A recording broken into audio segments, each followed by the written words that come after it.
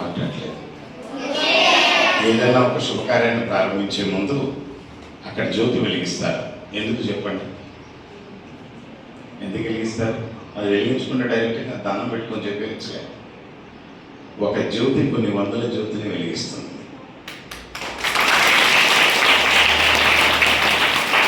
అలాగే మనం చెప్పే ఒక మాట కొన్ని వందల మంది హృదయాలను వీలు దొరుకుతున్నాయి. అది దాని వెనకాలన్న కాన్సెప్ట్. ఓకేనా? అంటే మన మనసులో కూడా వెలుగు చూపించమని, అజ్ఞానం అనే చీకటి నుంచి జ్ఞానం అనే వెలుగులోనికి నన్ను అడుగు పెట్టించమని చెప్పి అక్కడ ఆ జ్యోతి ప్రజ్వలన అనేది మనం వెలిగిస్తాం. ఓకే, ఇప్పుడు అందరం కలిసి చక్కగా ప్రార్థన చేసుకుందాం. రెండు చేతులు జోడించి మీ ఇష్టదైవానికి నమస్కారం చేసుకోండి.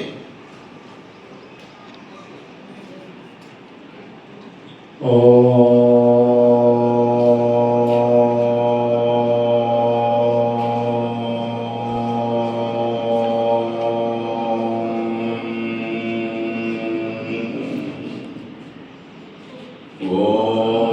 సదా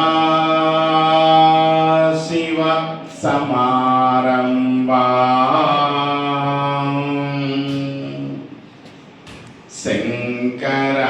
శంకరాచార్య మధ్యమా అస్మదాచార్య పర్యంతా వందే గురు పరంపరా వందే గురు పరంపరా వందే గురు పరంపరా. ఓం సాయీశ్వరాయ విద్మహే సత్యదేవాయ ధీమహి తన్నః సర్వః ప్రచోదయాత్. ఓం శాంతి శాంతి శాంతి. హరి ఓం. అందరూ కలిసి సరస్వతి ఫోటోకి నమస్కారం చేసుకోండి. శ్రీ గురుభ్యో నమః. హరి ఓం.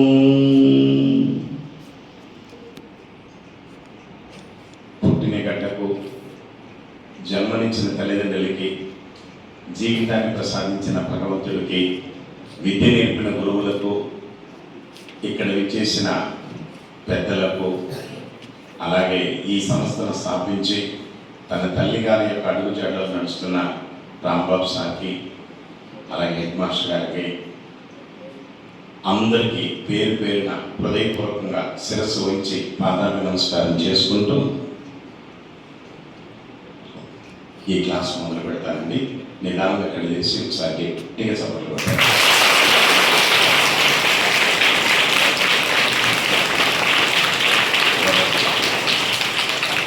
ఫస్ట్ ఒక వ్యక్తి ఉన్నతంగా ఎదగాలి అంటే విద్యార్థి దశ అనేది పునాది. SR no? టకటకటక అడిగిన దానికి సమాధానం చెప్పాలి. Yes or no? మరి విద్యార్థికి ఉండవలసిన లక్షణం ఏంటంటే మొట్టమొదట వెన్నుముక నిటారుగా పెట్టుకొని కూర్చునే యోగం ఉండాలి. మీరు క్లాసులో టీచర్ లెసన్ చెప్పేటప్పుడు, మాస్టర్ లెసన్ చెప్పేటప్పుడు మీరు వెన్నుముక నిటారుగా పెట్టుకొని కూర్చుంటే చాలు. మీకు ఆలోచన శక్తి, అవగాహన శక్తి, సంస్కృతి, సాంప్రదాయము, ప్రకృతి పట్ల ప్రతిస్పందించే మనస్తత్వం, మంచి భాష, ఇవన్నీ ఒక వెన్నుముక నిటారుగా పెడితే వచ్చేస్తాయండి. అంతే. నువ్వేం ప్రత్యేకించి నేర్చుకోగల, బ్యాక్గ్రౌండ్ స్ట్రైట్గా పెడితే చాలు. నీ థాట్స్ అన్నీ బ్యూటిఫుల్గా ఉంటాయి. ఎందుకంటే సృష్టిలో ఉన్న 84 లక్షల జీవరాశుల్లో ఒక్క మానవుడికి మాత్రమే వెన్నుముక నిటారుగా ఉంటుంది. మిగతా అన్ని జీవుల్లో కూడా వెన్నుముక ప్యారలెల్తో ఉండండి. భూమి యొక్క శక్తికి సమాంతరంగా ఉంటాయి. అందుకనే అవి కడుపు నిండా తింటే కంటి నిండా నిద్రపోతాయండి. అంతే, దాన్ని చేసే పని. అది నీకు ఎక్కువ నిద్ర వస్తున్నా, బాగా ఆకలి తినాలన్నా జంతువుతో సమానం అన్నమాట. అవసరానికి నీకు ఆకలి వేస్తుంది, కానీ మిగతా వాటికంటే ఆలోచన శక్తి అంటే మనకు ఎక్కువ ఉంటుంది. ఎస్ ఎస్ఆర్నో. సో అలా ఉండాలంటే ఫస్ట్ వెన్నెముక ఎలా ఉండాలి విద్యార్థి దశలో? గట్టిగా చెప్పండి. స్ట్రైట్గా కనుక లేకుండా ప్రభుత్వం ఇట్లా వచ్చామనుకోండి, తక్కువ ఒక చెంప దెబ్బేసుకోవాలి. ఎందుకు చెంప దెబ్బేసుకోవాలంటే ఈ చెంపల దగ్గర మనకి మెదడులో జ్ఞాపశక్తిని పెంచే హైపోథలామస్ అనే భాగం ఉంటుంది. అది మెడున్న అప్లాంగేటాకి ఒకసారి టచ్ చేస్తుంది. దానికి సంబంధించిన టిప్ ఇక్కడ ఉంటుందండి. అందుకనే పెద్దవాళ్ళు ఏదైనా ఇచ్చేసినప్పుడు గుర్తున్నట్ట కానీ బొగ్గని గిల్లి ముద్దు పెట్టుకుంటారు. ఎందుకంటే వాడికి అది గుర్తుండిపోతున్నది. చూడు అమ్మా పోయిసారి నాకు ఇట్లా ముద్దు పెట్టారమ్మా, సారేనమ్మా అని చెప్పి వెంటనే మీరు మెమరీలో రికార్డ్ అయిపోతున్నాయి. ఆటోమేటిక్గా చాలా మందికి ఇది తెలియదు. అలాగే కొంతమందికి తప్పు చేస్తే తప్పు మార్చడం కోసం ఇలాంటి చెవు పట్టుకొని పెడతారు. ఎందుకు చెవు పట్టుకొని పెడతారంటే ఈ చెవు దగ్గర కూడా ఈ మెదడులో జ్ఞాపశక్తిని పెంచే హైపోథాలమస్ అనే భాగానికి సంబంధించిన టిప్ ఉంటుందండి ఇక్కడ. అందుకని మీరు తెలంగాణ ఏరియాలో మీరు అపార్థం చేసుకోమాకండి. కులం అని లంబాడీస్ కానీ ఎరికల వాడ కానీ కొంచెం వీళ్ళంతా కూడా ఇక్కడి నుంచి ఇక్కడ వరకు మొత్తం దిద్దులు పెట్టుకొని ఉంటారు. చూసుకొని కావాలండి. అవునా? ఎవరు మాట్లాడినానా? చెవులకి రింగులు ఉంటాయి, కొంతమందికి ఇక్కడ రింగులు ఉంటాయి, కొంతమంది ఇక్కడ బుట్టలు పెడతారు, కొంతమంది వెనకాల నుంచి పెడతారు. ఇవన్నీ ఏంటంటే ఆ ప్రెషర్ పాయింట్స్ అన్నమాట. ఈ బ్రెయిన్లో ఉన్న ఈ ప్రెషర్ పాయింట్స్ ఇవన్నీ అక్కడ అందుకని మనం ఏం చేస్తారంటే ఆ పాయింట్స్ యాక్టివేట్ చేయడానికి చెవు పట్టుకొని గట్టిగా పిండి తప్పు చేస్తామంటే అప్పో సార్ సార్ దండం పెడతాను సార్, ఎప్పుడు సార్ నేను చేయించాను ప్లీజ్ సార్ నన్ను వదిలేండి సార్ అంటూ ఉంటారు. మీరు కావాలంటే ఎస్ఆర్నో అంటే ఇందులో ఇది. అందుకని కొంతమంది ఏం చేస్తారంటే టీచర్స్ గుంజులు తీస్తారండి. గుంజులు తీస్తారు చెవులు పట్టుకొని. అవునా? అంటే అప్పుడు బ్రెయిన్లో ఉన్న ఈ న్యూరాన్స్ ఏమవుతాయి? యాక్టివేట్ అవుతాయండి. చాలా ఆశ్చర్యం అండి. అంటే దీనికి ఇలా కనెక్షన్ ఉందని సంగతి ఎవరికి తెలియదండి.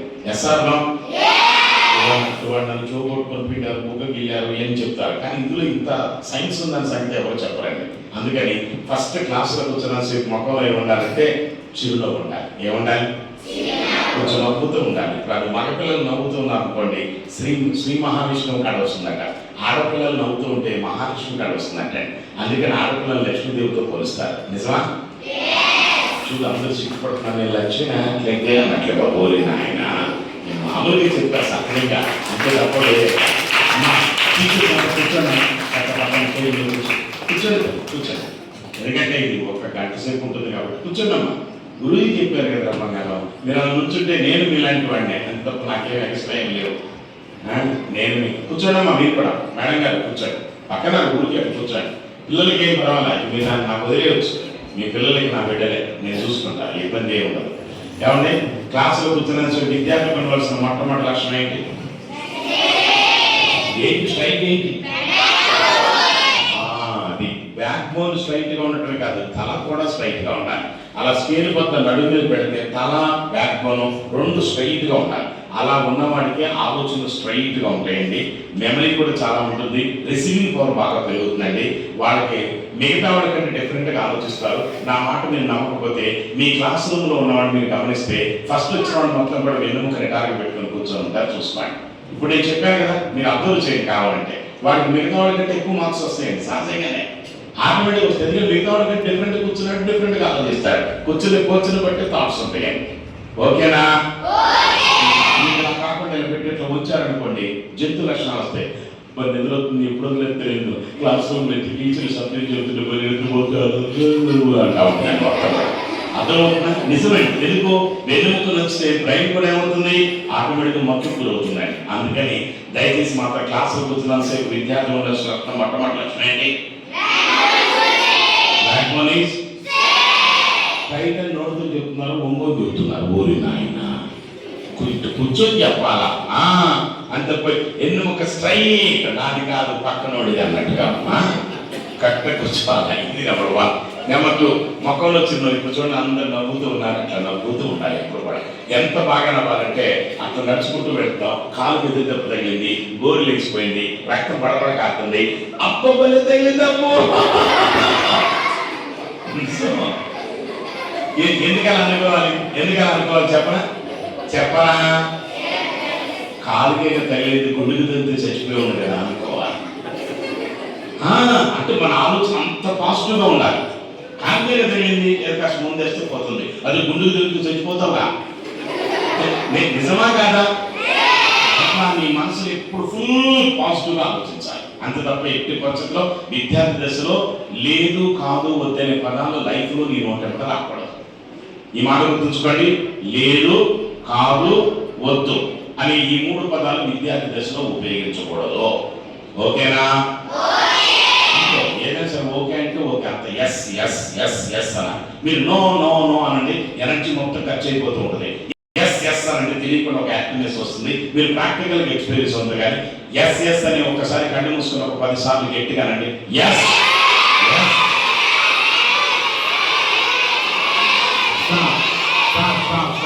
కాదండి, యాస్ అంటారంటే గాడిలా అయింది అమ్మా. ఇది యాస్ అంటే ఎస్ ఎస్.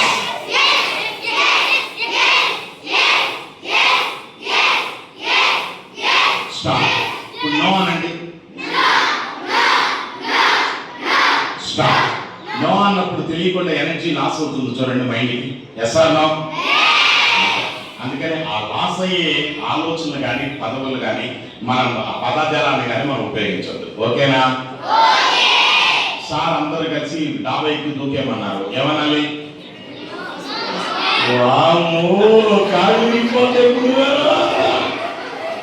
అంటారా లేదా? ఏం అవసరం లేదు. నీకు నిజంగా గురువు అంటే ఎవరు?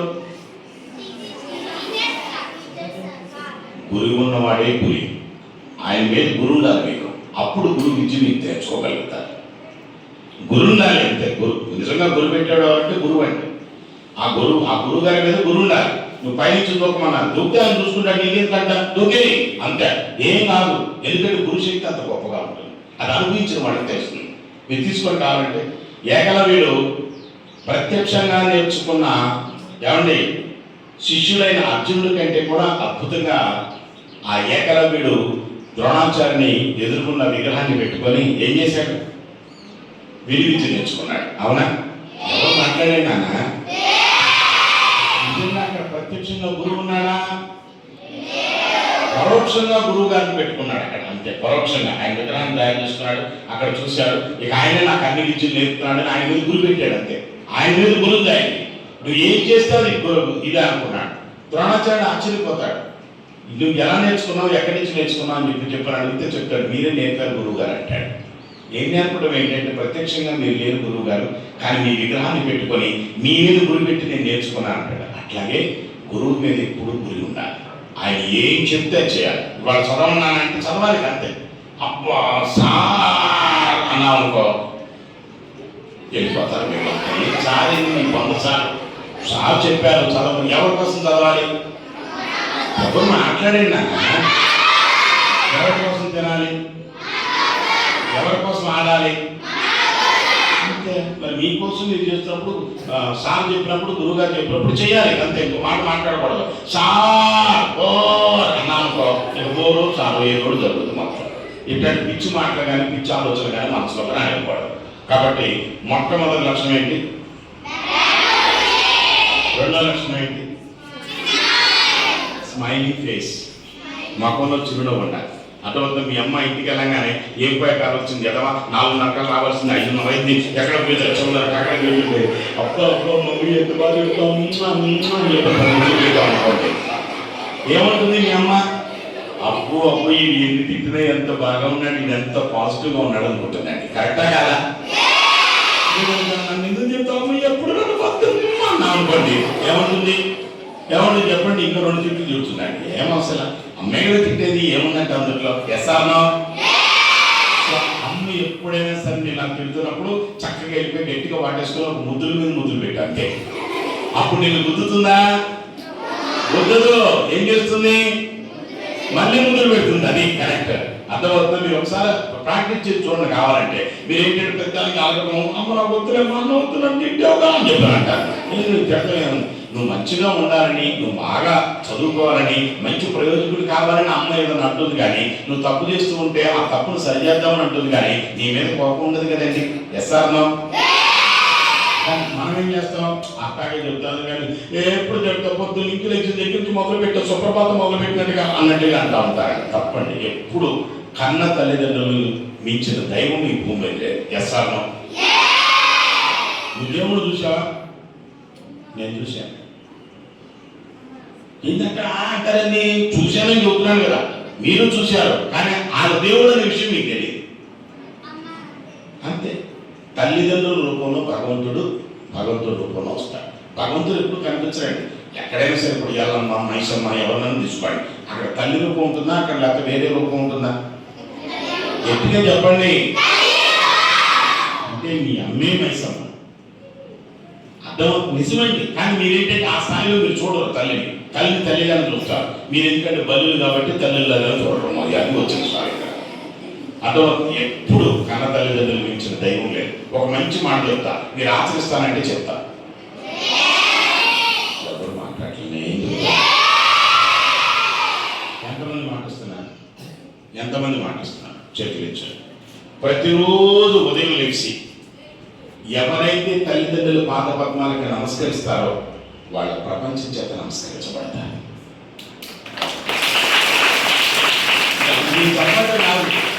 నేను ఆచరించాను, ఇప్పటివరకు అదే జీవితాన్ని గడుపుతున్నాను.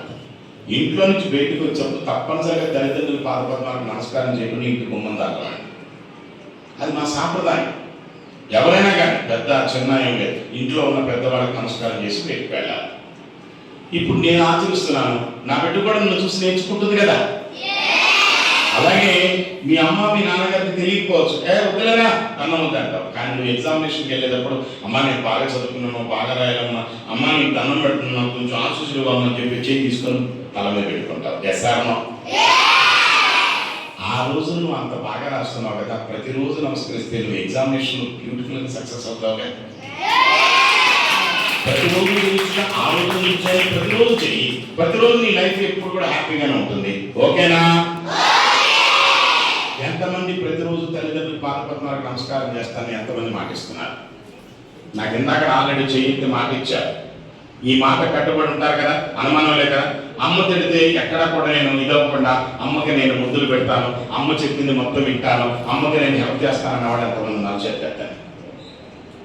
నైస్, చెల్లించండి. సరే, మీ అమ్మకి హెల్ప్ చేయాలన్నా నాన్న ఎందుకు చేయాలి అంటే, ఈరోజు నీకు అన్నం పెట్టేది ఎవరు? అమ్మ, నాన్నగారు. నాన్నగారేమో సంపాదిస్తారు, అమ్మను వండి పెడుతుంది. అవునా? ఈరోజు నీకు బట్టలు ఇచ్చింది ఎవరు? ఎవరు మాట్లాడేది నాన్న? ఈరోజు రాసుకుంటే పెన్ను ఇచ్చింది ఎవరు? ఈరోజు నువ్వు చదువుకుంటే పుస్తకాలు ఇచ్చింది ఎవరు? ఈరోజు నువ్వు వెళ్ళడానికి రావడానికి వెహికల్ కానీ లేకపోతే ట్రాన్స్పోర్ట్ కానీ డబ్బులు ఇచ్చేది ఎవరు? ఇంత పని చేస్తున్నారు కదా, నీ కోసం ఇంత త్యాగం చేస్తున్నారు కదా, వాళ్ళ కోసం నువ్వు ఏమైనా చేస్తున్నావా? అబద్ధం ఆడవద్దు, సత్యవంతంగా చెప్పు. రోజు నీకు అన్నం పెడుతున్నారు, స్నానానికి సోపు, రాసుకుంటానికి పౌడరు, ఎండ దూకుంటానికి దువ్వెన, ఎండ వేసుకుంటానికి బట్టలు. ఎస్ఆర్నో? చదువుకుంటానికి పుస్తకాలు. అవునా? రాసుకుంటానికి పెన్నులు. అవునా? ఈరోజు ఇక్కడ చదువుకుంటానికి ఫీజులు, డబ్బులు ఇస్తున్నారా లేదా? నీ కోసం ఇన్ని పనులు చేస్తుంటే నీవు నీ తల్లిదండ్రులకి ఏం పనులు చేస్తావు? అబద్ధం చెప్పవద్దు. అబద్ధం చెప్పకుండా చెప్పండి. నాకు తెలిసినంతవరకు 1-2 పనులు చేస్తారేమో. మంచినీళ్ళు ఇవ్వటం కానీ, నీళ్లు మోసుకొచ్చి పెట్టడం కానీ, ఇల్లు కొట్టడం కానీ, అక్కడ ఉన్నప్పుడు తీసుకెళ్ళి కూరగాయలు కట్ చేయడం కానీ, లేకపోతే కూరగాయలు తీసుకున్నట్టు బయటికి వెళ్ళి కూరగాయలు కానీ పాల ప్యాకెట్ కానీ తీసుకురావటం కానీ. ఎస్ఆర్నో? ఇట్లాంటి చిన్న చిన్నవి తప్ప. ఏమండి, నువ్వు బాగా చదువుకొని మంచి మార్కులు తెచ్చుకున్నావు అనుకోండి, అదే మీ అమ్మకి నిజంగా ఇచ్చే గిఫ్ట్ అండి. అదే మీ అమ్మకి ఇచ్చిన ఏమి గిఫ్ట్ అండి. ఏనా అంటే, అమ్మ ఇవాళ క్లాస్లో ఫస్ట్ వచ్చిందమ్మా, ఇదిగో మా సార్ నాకు ఇట్లా పెళ్ళించారమ్మా అంటే, అవునా? అమ్మో అమ్మో అమ్మ, నా బంగారు తండ్రి, ఎంత బాగా చదువుతున్నావు, నా చిట్టు తండ్రి, ఇవాళ నేను స్వీట్ చేసి పెడతాను నాన్న, ఈరోజు నీకు హార్లిక్స్ కలిపి పాలు వస్తానే నాన్న అని ఎంత ప్రేమగా చెప్తుందంటే, నువ్వు కష్టపడి నువ్వు చదువుకొని నువ్వు ప్రయోజకుడు అయితే ఆవిడ ఆనందిస్తుందండి. ఎంత గొప్పదో చూడండి అసలు. అదవుతుంది నీ ఫస్ట్ మార్క్ వస్తే అవునా అని, ఓ ఎక్కాయమక్కాయ నా బిడ్డకు ఫస్ట్ వచ్చింది, నువ్వు పెళ్ళిచ్చారంట చూసావు అసలు, నా బిడ్డ బంగారం అమ్మా, బంగారం అని చెప్పిన 2 ముద్దులు పెట్టగానే అప్పు ఇక మెరుగులు దిగుతావు. మామూలుగా ఉండదండి. నువ్వు సిగ్గుపడవచ్చు, నీకు మరొకటి అవ్వచ్చు. అర్థమవుతున్నా? నువ్వు కష్టపడి చదివే కంటే ఇష్టపడి చదవాలి. ఎస్ఆర్నో? ప్రతి పనిని ఇష్టపడి చేస్తే దానిలో నీకు ఏదైతే కోరుకుంటున్నావో దాన్ని సాధిస్తావు. కానీ కసితో చేస్తే దాన్ని తప్పనిసరిగా సాధిస్తాం. కసి ఉండాలి. నేను చదవలేదు, అని ఆలోచన నీ మనసులో రావాలి. ఎందుకు రావట్లేదు? నీకు మైండ్ లేదా? ఎవరు మాట్లాడేనా? నీ మైండ్ ఉందా లేదా? తింటున్నావా లేదా? అందరితో పాటు క్లాస్ రూమ్లో ఉంటున్నావా లేదా? అడిగిన సమాధానం చెబుతున్నావా లేదా? దాంతోపాటు మంచిగా చదువుకో. ఏముంది అందుట్లో?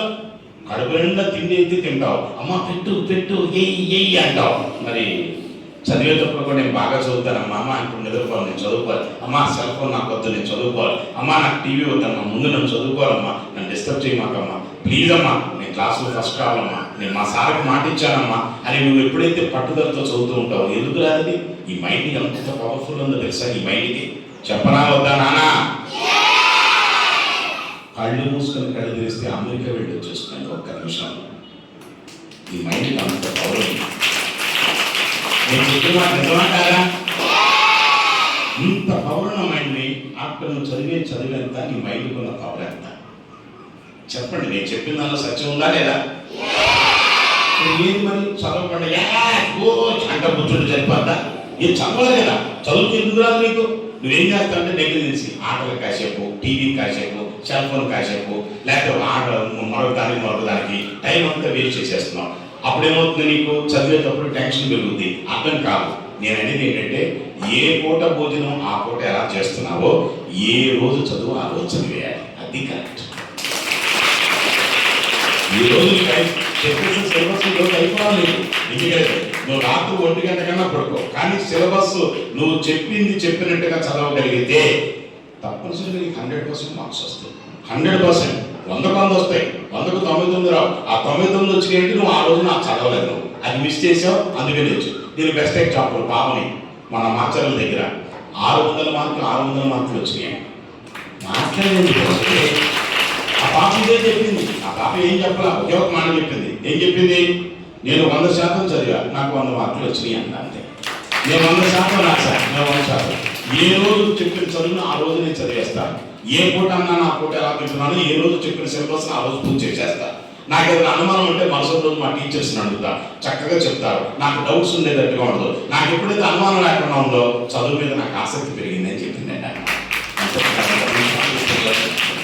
మీకు ఇంట్రెస్ట్ అనేది రావాలంటే మీకు దాన్ని చదివితేనే కదా ఇంట్రెస్ట్ వచ్చేది.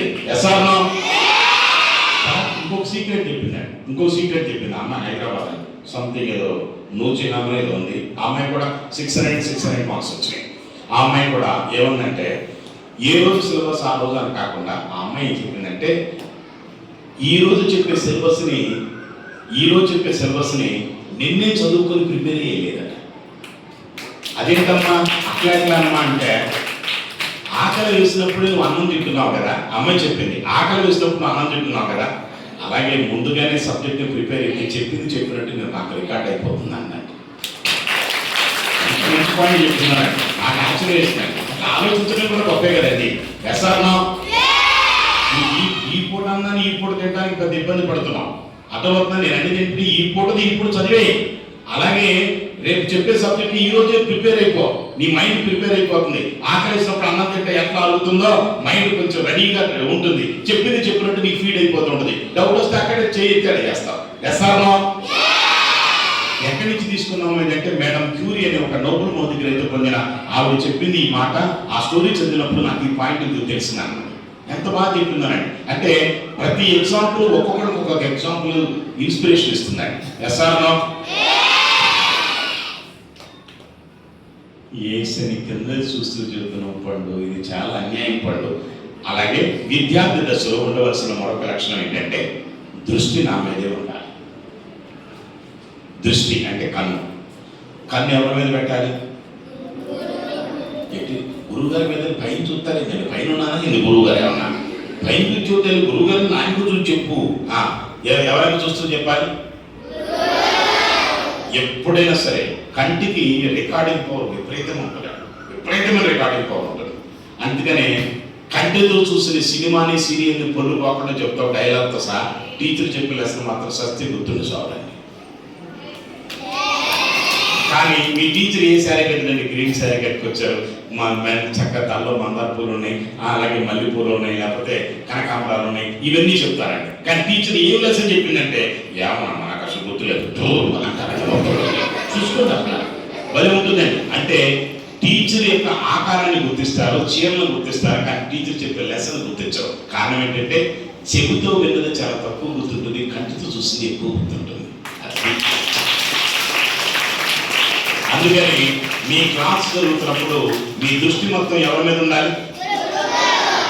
గట్టిగా చెప్పట్లేదు చూసి గురువు గారి మీద అని చెప్పి గురువు గారిని చూసి చెబుతున్నారు, లేకపోతే పక్కకు చూసి చెబుతున్నారు. లైఫ్లో ఈ ఒక్క పాయింట్ పట్టుకోండి చాలు. వెన్నుముక నిటారుగా, దృష్టి చక్కగా కూర్చొని, ఇప్పుడే వెన్నుముక నిటారుగానే కిక్కును మళ్ళీ కానున్నారు, మళ్ళీ కూర్చున్నారు. చూసుకొని కావాలంటే, అంటే మీకు తెలియకుండానే మీరు తప్పు చేస్తున్నారు. Yes or no? ఆ తప్పును మీరు ఏం చేయాలి? సరి చేసుకోవాలా, కొనసాగించాలా? సరి చేసుకోవాలని చెప్పి నడుగు చెబుతారు, ఇది స్ట్రైట్గా పెట్టి చెప్పాలి, కానీ సామాన్యులు కాదు పుట్టాడు.